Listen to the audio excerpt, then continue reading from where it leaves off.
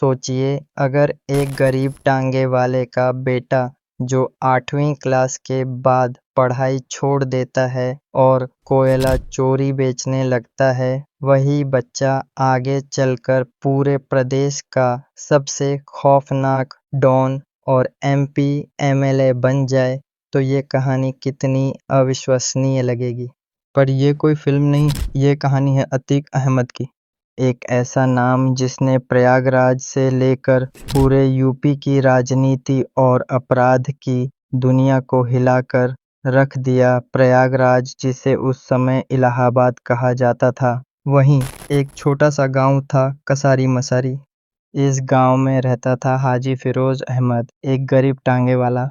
और 10 अगस्त 1962 को इसी घर में जन्म हुआ अतीक अहमद का गरीबी से टूटा हुआ घर। लेकिन जिम्मेदारी सबसे बड़े बेटे अतीक के कंधों पर। पढ़ाई में मन कभी नहीं लगा। नतीजा 8वीं के बाद स्कूल छोड़ दिया। इसके बाद शुरू हुई असली कहानी। इलाके से जो कोयले की मालगाड़ियां गुजरती थीं, अतीक वहीं से कोयला चुराता और उसे बेच देता। जल्द ही यह सिर्फ काम नहीं बल्कि बिजनेस बन गया। और जब मुनाफा बढ़ा तो अतीक ने आसपास के लड़कों को अपने साथ जोड़ लिया। देखते ही देखते वह इनका लीडर बन बैठा। इसी दौरान उसने सलीम शेरवानी, जो उस समय एमपी थे, उनके लिए कुछ समय बाउंसर की तरह भी काम किया। लेकिन पढ़ाई, अतीक ने 10वीं का एग्जाम तो दिया पर फेल हो गया।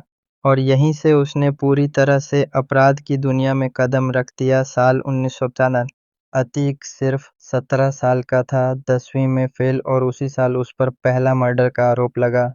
कुल्डाबाद थाने में केस दर्ज हुआ। 1969 से 1983 तक अतीक ने कोयले के धंधे के साथ साथ वसूली और एक्सटॉर्शन शुरू कर दिया।